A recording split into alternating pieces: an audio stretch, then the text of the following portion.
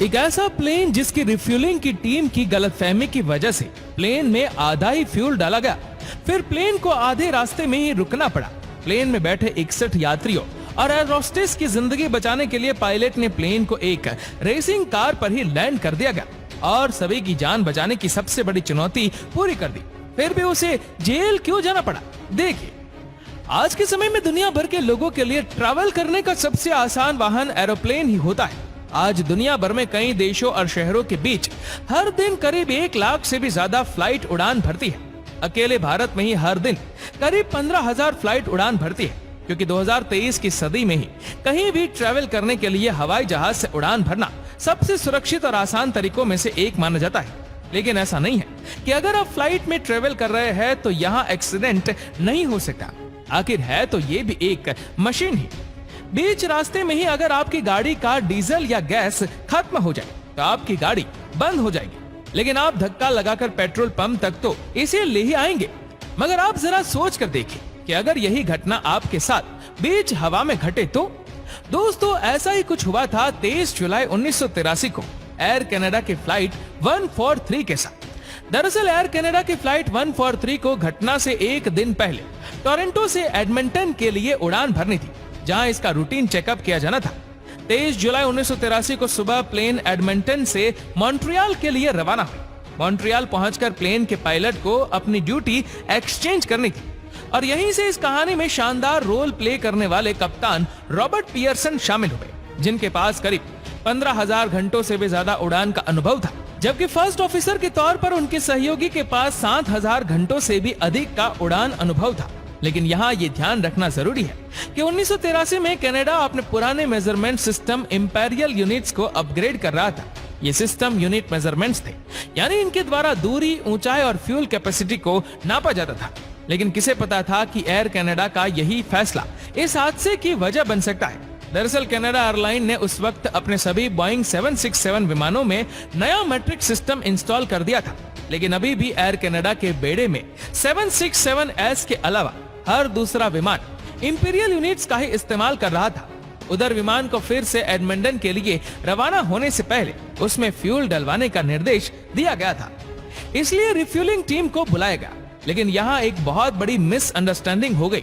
दरअसल air Canada की flight 143 भी एक बोइंग 767 प्लेन ही था, जिसमें मैट्रिक सिस्टम इंस्टॉल किया हुआ था। लेकिन रिफ्यूलिंग टीम को लगा कि इसमें अभी भी इंपीरियल यूनिट्स का ही इस्तेमाल हो रहा है। रिफ्यूलिंग टीम को प्लेन में 22,300 किलोग्राम फ्यूल भरने का निर्देश किया गया था, लेकिन दुर्भाग्यवश उन्होंने इसे इंपीरियल यूनिट्स समझकर इसमें 22,300 किलोग्राम की जगह 22,300 पाउंड फ्यूल भर दिया, जो कि दिए हुए निर्देशों का बिल्कुल आधा था। यानी कि एडमंटन तक पहुंचने के लिए भरा हुआ ईंधन फ्लाइट को आधे रास्ते में अटकाने के लिए काफी था। इसमें सबसे बड़ी गलती कही जाए तो पायलट की भी थी, क्योंकि उन्होंने बिना फ्यूल मीटर देखे ही रिफ्यूलिंग टीम को कंफर्मेशन दे दिया और आगे की यात्रा के लिए उड़ान भर ली। लेकिन जब प्लेन 41,000 फीट की ऊंचाई पर पहुंचा तो अचानक कॉकपिट में एक अलार्म बजता है, जो स्पष्ट संकेत दे रहा था कि प्लेन का लेफ्ट इंजन काम करना बंद कर चुका है।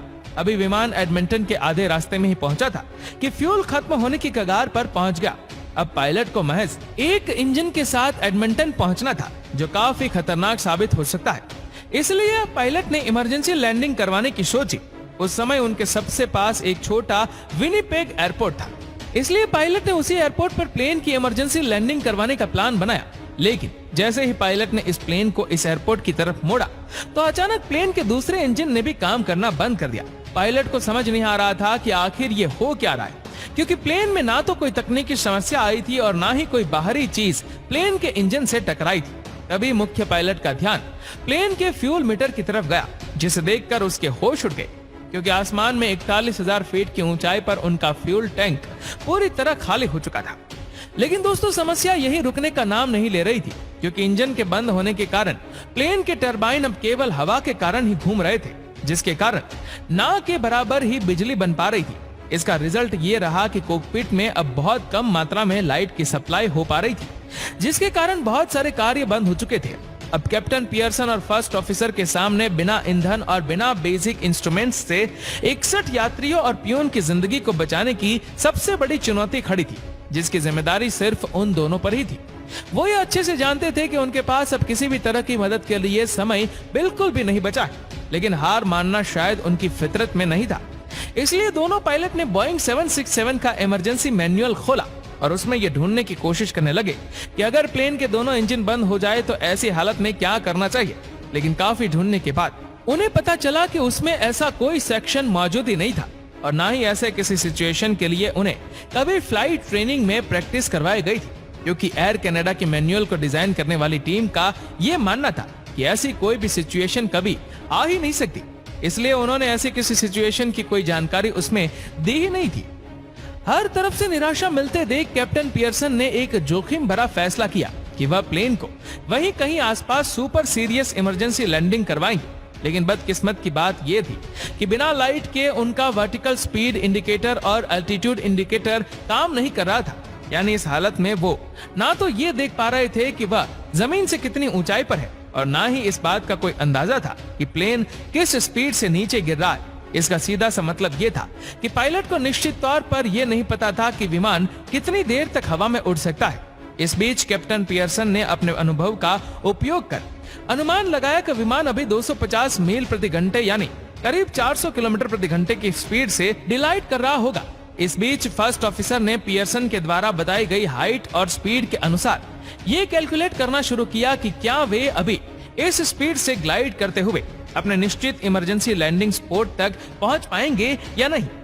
लेकिन जब फर्स्ट ऑफिसर ने प्लेन में मौजूद मैकेनिकल इंस्ट्रूमेंट्स और एयर ट्रैफिक कंट्रोल की बताई हुई डिस्टेंस के आधार पर गणना की तो उसे पता चला कि उन्होंने मात्र 10 मील की दूरी तय करने में ही 5000 फीट का एल्टीट्यूड लॉस कर दिया था।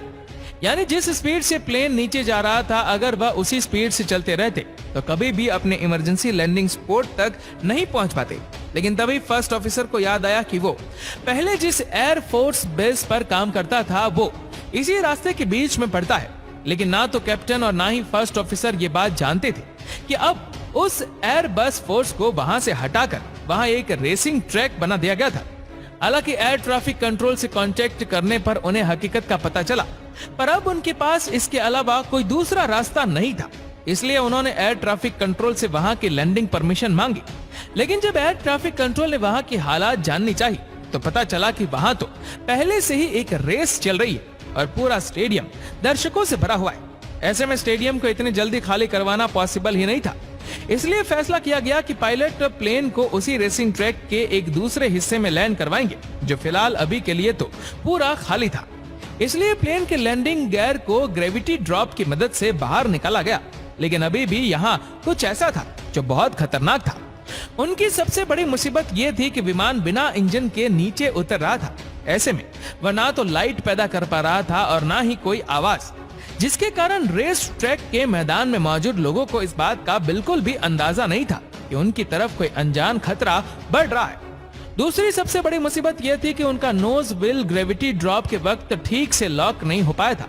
तीसरी और सबसे बड़ी मुसीबत यह थी कि विमान को स्वैच्छिक रूप से हाइड्रोलिक स्टीयरिंग सिस्टम के लिए शक्ति प्रदान करने के लिए विमान के किनारे पर एक पवन टरबाइन लगाया गया था, क्योंकि जब प्लेन हवाई में ऊंचाई पर था तो हवा की तेज स्पीड के कारण यह टरबाइन तेजी से घूम रहा था और पर्याप्त पावर प्रोड्यूस कर रहा था। लेकिन जैसे ही वो जमीन के नजदीक आए तो हवा की हॉरिजॉन्टल स्पीड कम होने के कारण टरबाइन का घूमना कम हो गया, जिसके कारण हाइड्रोलिक स्टीयरिंग सिस्टम में जाने वाली पावर बिल्कुल कम हो गई, जिसके कारण अब वह ठीक तरह से काम नहीं कर पा रहा था। इसलिए बिना हाइड्रोलिक स्टीयरिंग सिस्टम के प्लेन को कंट्रोल करना अब एक बड़ी मुसीबत बनता जा रहा था। लेकिन कैप्टन ने किसी तरह से इसे कंट्रोल किया और प्लेन को रेस ट्रैक पर उतार दिया। लेकिन जैसे ही कैप्टन ने प्लेन को रोकने के लिए ब्रेक लगाए तो उसका नोज व्हील जो अच्छे से लॉक नहीं हुआ था वह वापस अंदर की तरफ मुड़ गया, जिससे प्लेन का अगला हिस्सा जमीन के साथ टकराकर उसी के साथ घिसकर आगे बढ़ने लगा। तभी पियर्सन ने पिछले व्हील के लिए भी ब्रेक लगा दिया, जिससे मेन लैंडिंग गियर टूट गया और प्लेन का बीच वाला हिस्सा भी जमीन के साथ खिसकने लगा। इस तरह प्लेन के खिसकने से घर्षण ज्यादा होने के कारण प्लेन कुछ दूर आगे जाने के बाद रुक गया। और अगर देखा जाए तो ये उनके लिए अच्छा भी हुआ, क्योंकि अगर प्लेन का नोज व्हील उस टाइम लॉक हो जाता और मेन लैंडिंग गियर भी ना टूटता तो ब्रेक लगाने के बावजूद भी प्लेन नहीं रुक पाता और सीधा स्टेडियम से जाकर टकरा सकता था, जहां हजारों दर्शक इस बात से अनजान मैच को देखने में मजबूर थे खैर पायलट की सूझबूझ के चलते फ्यूल खत्म होने की 17 मिनट के बाद प्लेन जमीन पर सफलतापूर्वक लैंड कर चुका था। इस हादसे में किसी को भी गंभीर चोट नहीं आई, लेकिन इतनी बड़ी लापरवाही के चलते और हजारों लोगों की जान को खतरे में डालने के कारण पीयर्सन को 6 महीने के लिए डिमोट कर दिया गया और फर्स्ट ऑफिसर को 2 हफ्तों के लिए सस्पेंड कर दिया गया। हालांकि उन्होंने कुछ सस्पेंशन के लिए अपील भी की थी, लेकिन उन्हें ऐसी सिचुएशन में भी हिम्मत ना हारने और समझदारी से काम लेने के कारण FIA के द्वारा उत्कृष्ट हवाई कौशल के लिए सम्मानित भी किया गया। हालांकि ये सब कुछ बस एक छोटे से मैथमेटिकल एरर के कारण हुआ था। दोस्तों, इस वीडियो को आप अपने तक सीमित ना रखें, जितना हो सके इस वीडियो को शेयर करें फेसबुक पर, व्हाट्सएप पर और यूट्यूब पर। और ऐसे ही और भी इंटरेस्टिंग वीडियोस को यूट्यूब पर देखने के लिए नीचे कमेंट सेक्शन में लिंक दी गई है, जिसके ऊपर क्लिक करके हमारे चैनल को आप सब्सक्राइब करें और बेल आइकन दबाएं ताकि हमारे हर लेटेस्ट वीडियो की अपडेट आपको मिलती रहे सबसे पहले। धन्यवाद।